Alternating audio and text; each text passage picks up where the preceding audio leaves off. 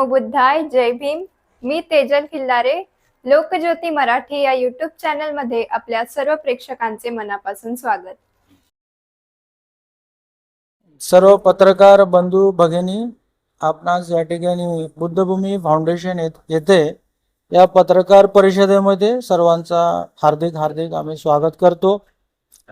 आपण सर्वांच्या सहकार्याने या ठिकाणी बुद्धभूमी फाउंडेशन ही कित्येक वर्षापासून मोठ्या प्रमाणात संघर्षाच्या या मार्गक्रमण करत या ठिकाणी या विशाल स्वरूपामध्ये आज आपल्याला अस्तित्वात दिसून येत आहे. सोशल मीडियामध्ये त्या लोकांकडून जे काय फोटोग्राफिक्स म्हणून प्रचार करीत आहेत ते सर्व खोटं आहे. अशा काही कागदोपत्री काय झालेले नाही आहेत. इतिवृत्तामध्ये त्याबद्दल कोणतेही उल्लेख नाही आहेत. आता सर्व लोक स्वतंत्र आहेत. कोण न्यूज मध्ये, ग्राफिक्स मध्ये, सोशल मीडियामध्ये आपण तिथे काय बंधन नाही टाकू शकत.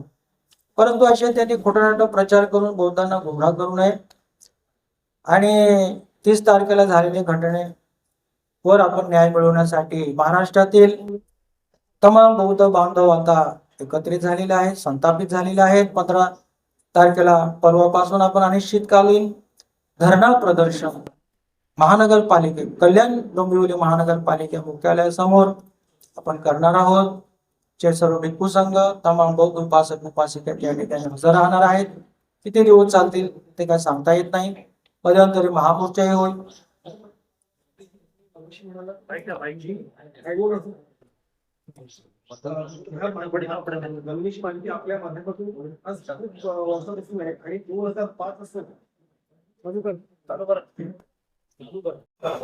आम्ही प्रत्येक वेळी आक्षेप घेतलेला आहे. 2010ला असतील, 15ला, 14ला असतील. आणि आम्ही जसं बोललो, त्यांच्या हातात सर्व सत्ता पावर असल्या कारणाने आणि आम्ही शांतीचा मार्गाने चालणारा आम्ही भिक्खू संघ असल्या कारणाने आमच्या आक्षेपाला त्यांनी योग्य प्रकारे न्यायिक दृष्टीने दखल अद्यावत घेतलेले नाही. त्यामुळेच ही 30 तारखेची घटना त्यांच्या हातकडून परत एकदा झाल्याचे आम्हाला दिसून आलं. जाऊन त्यांना विचारणा केली पाहिजे. आपण जे आनंद उत्सव साजरा करतात तर आपल्या हातात काय GR नोटिफिकेशन, काय या ठिकाणी महाबोधी संकुल घडवण्यासाठी काय आपल्याकडे अधिकृत शासनाकडून कागदपत्र मिळाले असतील, म्हणजे ऑर्डर, निर्देश, निर्णय असं नाही काय उचित कारवाई करावे यात काय अर्थ नाही आपल्या. तर आपण त्यांच्याकडून ते मागून घेऊन मला सुद्धा आपण देऊ शकता. सभेचे त्या संघटना त्या सभेची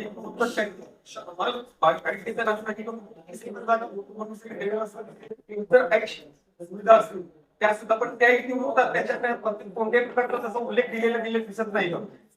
इतिवृत्तामध्ये जे आहे ते आम्ही जी पूर्वीपासून मागण्या करीत आहोत, तथागतांची बुद्धरूप, महाबोधी प्रतिकृती, तर त्याची फक्त एक शासकीय प्रोसिडिंग्स म्हणून त्या ठिकाणी लिहून त्यावर निर्णय काहीच नाही लिहिलेला आहे. तपासून उचित कारवाई करावी अशा स्वरूपाचं हे सर्वसाधारण प्रोसिडिंग्स. त्या व्यतिरिक्त असा आदेश, निर्णय, GR अध्यादेशच्या स्वरूपात काहीच नाही. बनतेची 1 जून 2026 रोजी काही बनतेगण आणि काही अनुयायी यांच्या विरुद्ध FIR पैकी दाखल करण्यात आलेली आहे. त्याबाबत आपली काय मागणी आहे? हा सुद्धा खूपच महत्वाचा विषय आहे. एका बाजूने सांगतात आम्ही बुद्धभूमीचा विकास करू आणि दुसऱ्या बाजूने 30 तारखेला घटना घडून एकतर आमचे बुद्धभूमी समाजाचं जमीन ते कब्जात बेकायदेशीर ताब्यात घ्यायला येतात आणि आम्ही भंतेजींवर 9 भिक्षू भंतेजी आणि 4-5 उपासकांवर FIR 1 तारखेला केलेला. आमच्या वकील वर्गाने प्रश्न सुद्धा सोडलेला आहे. ठीक आहे, FIR केलं तुम्ही 30 तारखेला, 30 तारखेला घडली. 31 तारखेला कुठे होतो तुम्ही? 31 तारखेला काय FIR केलं? खरोखर काय दंगल झाली असतील, काय घटना घडल्या असतील.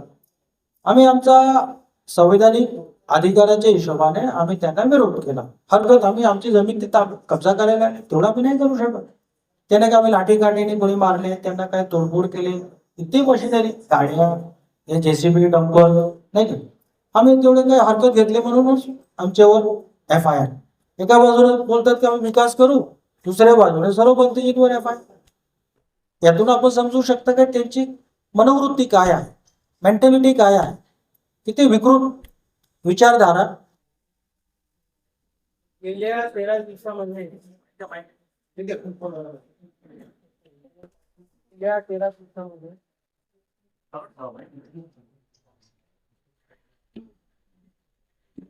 ते काम सुरू होते. गेल्या 13 दिवसामध्ये आता सुरू आहे तर ते बंद ठेवण्यात आलेलं आहे आपल्या आंदोलनामध्ये. त्यासाठी महापालिका कारण आता मोठ्या प्रमाणात या उड्डाणपुलाचा आम्ही कित्येक पत्रामध्ये वारंवार लिहून सुद्धा दिलेला आहे. विकासाला आमचा बिलकुल विरोध नाही आहे, विकास करा, परंतु कायदेशीररित्या आपण सर्व गोष्टी प्रोसिडिंग करू. परंतु मध्यभागी मधोबा आता ऑप्शन जसं गुलीकडून आहे, पश्चिमेकडून आहे, लोकांनी आता मोठ्या प्रमाणात त्याला आक्षेप हरकत घेतल्याने पहिल्यांदा त्यांनी आता नव्याने असेसमेंट करायला दिलेलं आहे. महापालिका आणि MMRDA नव्याने आता असेसमेंट करीत आहे, याला नदी लगत घेऊ का जरा पश्चिमेकडून घेऊ. कारण हा 450-500 कोटीचा प्रकल्प आहे. त्या दिवशी बुद्धभूमीची ही टीम, टेक्निकल टीम त्या ठिकाणी पूर्ण सर्वे करून त्यांनी एक वर्बल चर्चा घडून आणलेला आहे की या ठिकाणी किती पोल झाले, 11. 3 पोल अजून शिल्लक होते आमच्या सर्व वृक्ष आणि पिकू निवास इत्यादींमुळे. आम्ही काही त्यांना हरकत नाही घेतलं असं नाही, वेळोवेळी विकास करा, परंतु कायदेशीर आमची हरकत आहेतच. त्यामुळे 3 पिलर सुद्धा शिल्लक होते. तर आमच्या लोकांनी टेक्निकल लोकांनी काय विचार केले का म्हणजे 11 पोल म्हणजे आपले जे कॉलम, पण एका कॉलमची किती, कॉलम बनवताना किती खर्च झाले असतील एकासाठी, चला 1 कोटी, 11 कॉलमसाठी 11 कोटी, त्यांचे 400-500 कोटी प्रोजेक्ट मध्ये 11 कोटी काहीच नाही आहे. आणि आमचे ते टेक्निकल टीम आणि त्यामध्ये वकील पण अजून काय बोलले, आम्हाला 2000 भूसंपादन कायदा 2003 नुसार बुद्धभूमी फाउंडेशनला आज नाही तर उद्या त्यांनी आम्हाला नुकसान भरपाई द्यावंच लागेल. आणि आपल्याला जेव्हा नुकसान भरपाई मिळेल त्या 11 कोटीला आपण 15 कोटी त्यांना देऊन टाकू, अशा सुद्धा आमच्या लोकांनी त्या ठिकाणी ठराव केलेला आहे. आणि यामध्ये अजून एक सांगणं आहे, आम्ही सक्षम आहोत, घडवलेलं आहे. त्या दिवशी मीटिंग मध्ये बोललो, आम्ही तुमच्याकडे काय इथे पुणे नगरसेवक, आमदार, खासदारी असतील, मी प्रत्यक्ष गेलो तर समाज की सक्षम आहे. समाजावर मला अजूनही आम्ही प्रॉपर चॅनल नाही करत, एकदा प्रॉपर चॅनल तिथे भरपूर गोष्टी तुम्हाला आणखी दिसेल. आताही झालेल्या आहेत, लोक महाराष्ट्रातले लोक याचा लाभ घेतच आहेत. त्या ठिकाणी बोललो आम्हाला आमचा हक्काचा दे.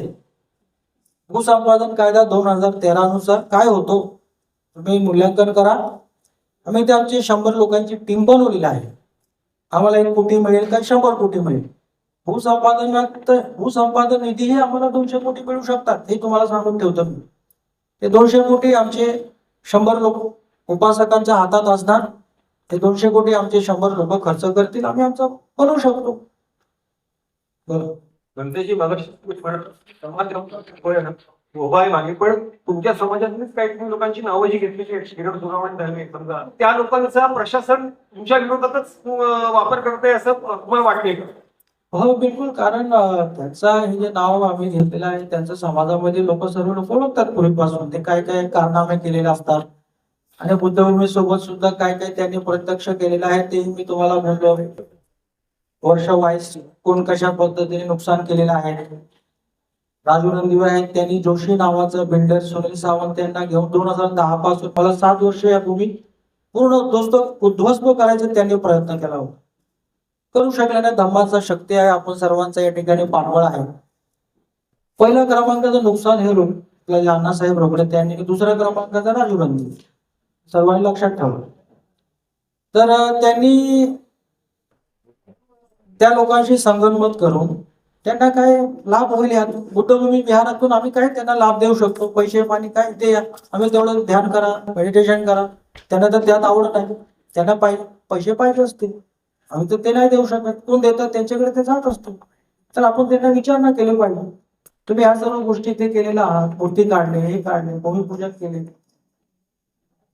तुम्हाला का केले, तुम्ही कुठून काय किती भेटले तुम्हाला, असं तुम्ही तिकडे विचारा. तर हे लोक शासन प्रशासनाला धरून त्यांचा वैयक्तिक स्वार्थापोटी हे समजून घ्या का करत आहेत.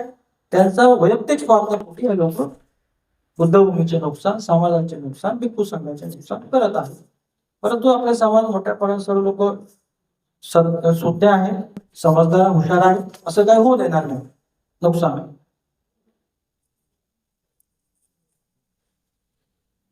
आणि या ठिकाणी अजून एक विषय नमूद करू इच्छितो.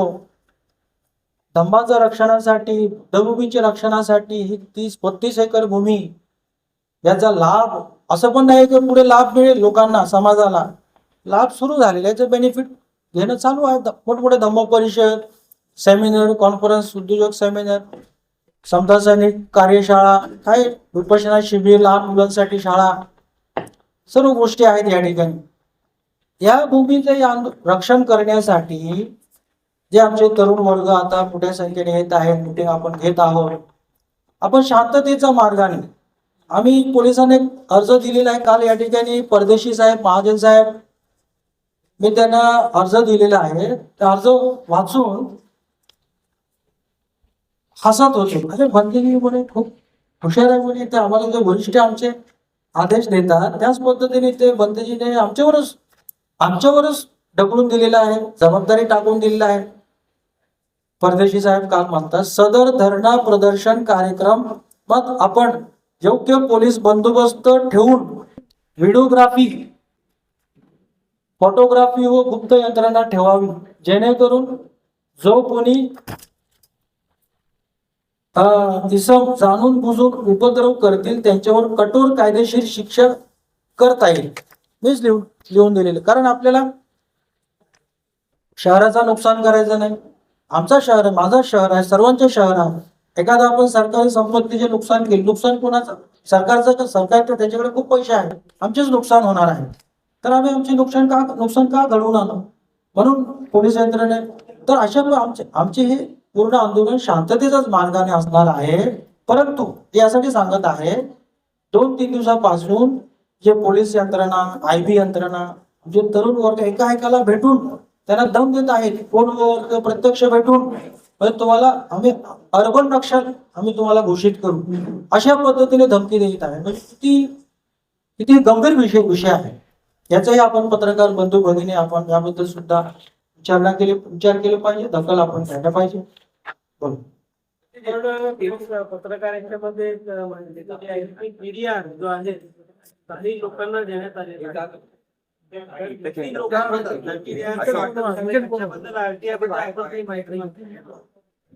हो, त्यामध्ये भरपूर सर्व माहिती मिळालेली आहे. आणि 14 तारखेला पहिल्यांदा आयुक्तांनी मीटिंग ठेवलं होतं, 14 मेला. तर तेव्हा आम्ही त्यांना तेव्हाही दाखवलो. आयुक्त अभिनव गोयल साहेब बोलले का म्हणे आम्ही 7-12 धारक त्यांना TDR देतो, आणि त्यांना दिलेला आहे. तेव्हा त्यांना माझ्याकडे TDR सर्टिफिकेट होता, त्यांना लगेच दाखवलो. हा TDR सर्टिफिकेट बघा, हा जर तुम्ही 7-12 धारकाला दिला असाल, हा जर 7-12 धारक आहे काय 100 वर्षाचा, तुम्ही 7-12 सर्च रिपोर्ट काढून दाखवा. हा जर 7-12 धारक असेल, त्यांना आम्ही बोललो, चॅलेंज केलं, उद्याच आम्ही गुंडाळून सर्व भंतेजी आम्ही बुद्धभूमी सोडून तुमच्या ताब्यात देऊन निघून जाऊ, अशा पद्धतीने सुद्धा. तर अशा सर्व बोगस अपात्र लोकांना, त्रस्त लोकांना च्या नावाने TDR इश्यू केलेला आहे. आम्ही सर्व भंतेजी, मी स्वतः कल्याणचा आहे आणि कल्याण हे आमचं आहे. कल्याण आमचा शहर या नात्याने त्या कल्याण शहराचा नाव जगाचा पातळीवर जाऊन शिखरावर पोहोचलं पाहिजे, याच ध्येयाने मी स्वतः या ठिकाणी 30 वर्षापासून कार्यरत आहे. आणि हे सुद्धा कार्य कशा स्वरूपात आहे? बिलकुल निस्वार्थ. आम्ही तसंही भिक्षू आहे, भिक्षूंना स्वार्थ नसतात. या 30 वर्षाच्या कालावधीमध्ये कित्येक विकासक लोकांचे लॉबी, TDR काढणाऱ्यांचे लॉबी, आणि इतर व्यक्ती सुद्धा, काय राजकारणी असतील, या लोकांकडून कोट्यावधी रुपयांचे प्रलोभन सुरुवातीपासून देण्यात आलेले आहेत. परंतु या जागेमधून सर्व जाती धर्मातील लोकांचा या ठिकाणी त्यांचा मनशांतीसाठी विपश्यना केंद्र असतील, या ठिकाणी आमच्या लहान मुलांसाठी शाळा चालू आहेत आणि निसर्गरम्य वातावरण आपण या ठिकाणी तयार केलेलं आहे. म्हणजे नैसर्गिकरित्या आपण या जागेचा हळूहळू विकास करीत आहोत. खूप काही या ठिकाणी इमारत बांधकामच व्हायला पाहिजे असा आमचा खूप काही फारसा विचार नाही. पुढे आमचे समाज बांधव ज्याप्रमाणे निर्णय घेतील, बुद्धभूमीचे जे निष्ठावान उपासक आहेत त्याप्रमाणे ते होत राहील. सध्या आम्ही या जागेचा विकास प्रगती निसर्गाला आपण धरून या ठिकाणी केलेला आहे आणि या सर्व गोष्टी चालू असताना तसं या जमिनीसोबत आपला जो धम्माचा आणि ऐतिहासिक वारसा सुद्धा आहे. कारण बाबासाहेब आंबेडकरांनी 17 मे 1936 ला या ठिकाणी वाल्दुनीचा ह्या परिसरामध्ये अस्पृश्य परिषद पूर्व आणि पश्चिम या शिक्षकाखाली अधिवेशन घेतलेले त्यावेळी 36च्या दरम्यान. तेव्हापासून हे ऐतिहासिक सामाजिक वारसा आमची आता 4-5 पिढ्याने चालत या ठिकाणी कालांतराने पुढे जाऊन आपण बुद्धभूमी फाउंडेशन आपण तयार करून त्या मार्फत या जागेचा संरक्षण संवर्धन विकास आपण सर्वांसाठी करीत आहोत. मी असो किंवा आमच्या अन्य भंतेजी किंवा आमचे शेकडो उपासक सर्वजण एक व्यक्ती या ठिकाणी डायमंड आहे, हिरा आहे, कशामुळे कुणालाही त्या भूमीतून 1 रुपया नाही पाहिजे. सर्व लोक निस्वार्थाने या ठिकाणी कार्यरत आहेत. हे चालू असताना आणि या सर्व गोष्टी त्या ठिकाणी काय काय कार्य चालू आहे आणि कुठे काय काय आहे, बांधकाम आहे, बुद्धरूप आहे, तेव्हापासून आहे 80-81 पासून आमची नोंद झालेली आहे शासन दरबार. ते महसूल डिपार्टमेंटचे तहसील कार्यालय असतील, भूमी अभिलेख कार्यालय असतील, तलाठी कार्यालय असतील, तेवढेच नाही कोर्टातून सुद्धा या ठिकाणी आम्हाला ऑर्डर मिळालेला आहे. 2008 ला एक ऑर्डर अशा पद्धतीचा आहे. It is also pertaining to note that it is not disputed that the defendant is monk of the Buddha Vihar situated in the said land. His possession is not disputed in the land. Therefore, he has a right to protect his right in the suit property. In such situation, if the defendant has obstructed the plaintiff who is not having prima facie evidence of his title and possession, the obstacle of the defendant cannot be treated as illegal. तर या ठिकाणी आमचा वहिवाट विहार पोझेशन निर्विवाद रूपेने कोर्टाच्या order मधून सुद्धा सिद्ध झालेला आहे. ते तर उघडे डोळ्याने सर्वांना दिसून येते. कोर्टाचं एक डॉक्युमेंट जजमेंट म्हटलं की त्याचा आणखी वेटेज येते. आणि या परिस्थितीमध्ये आमच्या जमिनीवर जर कोणी अतिक्रमण करायचा प्रयत्न केला तर त्यांना आम्ही अडवू शकतो, म्हणजे आमची राईट आहे. आणि त्या परिस्थितीमध्ये आम्ही असं काय केल्याने आमच्याकडून हा इलिगल कृत्य होणार नाही असं या कोर्ट ऑर्डर मध्ये सांगितलेलं आहे. कारण भारतीय राज्यघटना सुद्धा अशा प्रकारे आम्हाला पूर्वी संवैधानिक अधिकार होते, परंतु 1975-83 दरम्यान त्या ठिकाणी बदल करून याला आता कायदेशीर अधिकार मध्ये रूपांतरित केलेला आहे. किसी व्यक्ति को उनकी संपत्ति से किसी विधि के प्राधिकार से ही वंचित किया जा सकता है, अन्यथा नहीं. म्हणजे कायदेशीर प्रक्रिया करून एखाद्याला कायदेशीर प्रक्रिया म्हणजे काय आहे आता हा प्रश्न आहे. म्हणजे सुनावणी घेणे, महापालिकेत सुनावणी घेतात किंवा हायकोर्टात कोणी जाऊ शकतात घेऊन. मग ऑर्डर जेव्हा निर्देश पारित होतो त्या निर्देशाच्या आधारे जो काय कारवाई होतो निष्कासनाची त्याला म्हणतात कायदेशीर प्रक्रिया, following due process of law. आता एका बाजूने एक कोर्ट ऑर्डर आपण पाहिलेला आहे, दुसरी कोर्ट ऑर्डर सुद्धा आहे जे 2008 ला आम्हाला या ठिकाणी नोटीस पाठवून महापालिकेने आणि 2012ला एक FIR करून 2025ला त्याचे जजमेंट पारित होऊन 2026ला मला सर्टिफाईड कॉपी मिळाली. जसं आपल्याला आता ज्ञातच आहे, महापालिकेने मोठ्या प्रमाणात वितरित हक्क TDRचा घोळ करून बेकायदेशीर कारभार करून त्या खासगी जमिनीवर 2008ला, 10ला, 12, 13 आणि 14ला टप्प्याटप्प्याने त्रयस्थ लोकांना, अपात्र लोकांना, ज्यांचा या जमिनीशी प्रत्यक्ष पोझेशनच्या स्वरूपात काय संबंध नाही आणि सातबाराच्या स्वरूपात सुद्धा काही संबंध नाही, असे बोगस लोकांना उभे करून त्यांच्या नावाने खोटे नाटे पेपर, कागदपत्र तयार करून, पॉवर ऑफ तयार करून अनरेजिस्टर्ड, सर्व अनरेजिस्टर्ड होणं कारण कोणाकडून रजिस्टर करून घेणार, अशा अपात्र लोकांना त्या काळातले कमिशनर RD शिंदे, रामनाथ सोनवणे, अधिकारी इंजिनियर लोक, केदार, अशा लोकांचे नाव आलेले आहे. त्या लोकांचं त्या डॉक्युमेंट्स मध्ये सिग्नेचर्स आहेत. विषय त्या लोकांनी हे केलं, खूप मोठ्या प्रमाणात चुकीचा हा TDR कारभार करून बेकायदेशीररित्या महापालिकेचे नाव 7/12वर नोंद करून घेतलेला आहे. त्या वर्षाच्या दरम्यान 8ला 2 एकरावर, 10ला 5 एकरावर, अशा पद्धतीने.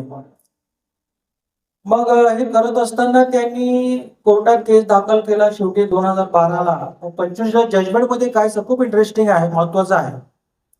हा जजमेंट आहे, हा काय आमचा तुमचा कागद नाही आहे, याबद्दल लोकांना माहिती व्हायला पाहिजे. अजूनपर्यंत आम्ही पत्रकार परिषदेमध्ये अशा गोष्टी आल्या नाही.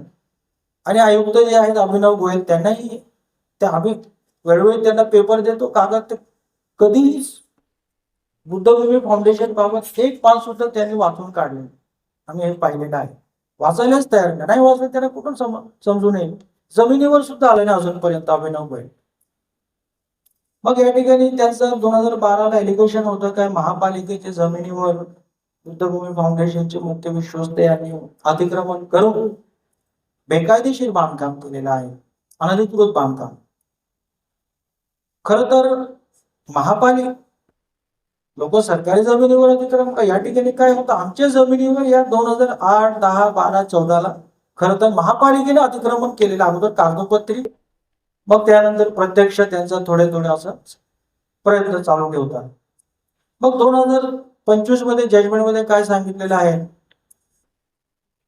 सार्वजनिक दस्त अभावी सर्वे क्रमांक सो अँड सो हे कल्याण महापालिकेचा मालकीचे असल्याचे सिद्ध न झाल्याने, सिद्ध कुठून होणार, कारण त्याचे सर्व कागद बनवा खोटं नाटक पेपर, इलिगल पेपर आमच्या वकिलाने सर्व तिथे सिद्ध करून दिले. न झाल्याने व त्यावर आरोपीने अनधिकृत बांधकाम केले, या आरोपास दुजुरा न मिळाल्यामुळे आरोपीस बुद्धभूमी फाउंडेशनचे मुख्य विश्वस्त म्हणून दोषी धरता येत नाही. म्हणून सदर गुन्ह्यातून निर्दोष मुक्तता करण्यात येत आहे. त्याच्या पलीकडे काय आहे तर त्यांच्या मालकी संपून टाकली. मालकी म्हणजे मालकी वेगळे 7/12. तर अशा प्रकारे ह्या जमिनीवर 4-5 पिढ्यांपासून आपण असलो तरी 80-81 पासून विविध ठिकाणी नोंद दिल्याने या जमिनीचा आज रोजी खरं मालक म्हणजे हा आमचा तुमचा सर्वांचा गोरगरिबांचा हा जो आमचा बुद्धभूमी आहे, बुद्धभूमीच या जमिनीचा मालक आहे आज रोजी. हे आपण सर्वांनी लक्षात ठेवलं पाहिजे. लोकप्रतिनिधी श्रीकांत शिंदे असतील, संजय शिरसाट असतील, अभिनव गोयल असतील आणि आपण सर्व पूर्ण कल्याण देशवासी सर्वांनी लक्षात घेतलं. आणि हा संस्था बुद्धभूमी काय आहे, आम्ही म्हणतो आम्ही केअरटेकर आहे, आम्ही काही मालक नाही. मालक असलो तर आम्ही अजून पूर्ण काय करू शकले असते. ते केअरटेकर आम्ही कशासाठी, सर्वांसाठी का. आपल्याला माहिती आहे या ठिकाणी वेळोवेळी मोठ्या संख्येने लोक, विद्यार्थी असतील, आगंतुक असतील, कोणी नोकरीसाठी येत असतात, तेही या ठिकाणी सर्वांचा हा आश्रयभूमी आहे. म्हणून या भूमीला आपण सर्वांनी एकत्रित रक्षण करायचं आहे. चांगल्या प्रकारे आपण या ठिकाणाला आध्यात्मिकरित्या, नैसर्गिकरित्या आपण संवर्धन करायचं आहे, सांभाळ करायचा आहे. मग अशा बऱ्याच गोष्टी या ठिकाणी आपल्याकडे भूमी अभिलेख न्यायालयातून सुद्धा आपल्याकडे ऑर्डर आहे. पण आता 2-4 जणांना आपण तुम्हाला दाखवत होतो ऑर्डर भूमी अभिलेख न्यायालयातील ऑर्डर आहे. किती आपण तुम्हाला वाचून काय काय दाखवलं. मग हे चालू असताना 2023 साली रेल्वे तिसऱ्या मार्गासाठी काय 31 गुंठे जमीन त्यांना पाहिजे. रेल्वेला काय लोक येतात, हवी तर रेल्वेची जमीन आहे का. अरे रेल्वेला सुद्धा ते 31 गुंठे पाहिजे तर त्यांनाही पैसे देऊन घ्यायचे होते. ठीक आहे, रेल्वेच्या जमिनीचा काय संबंध नाही.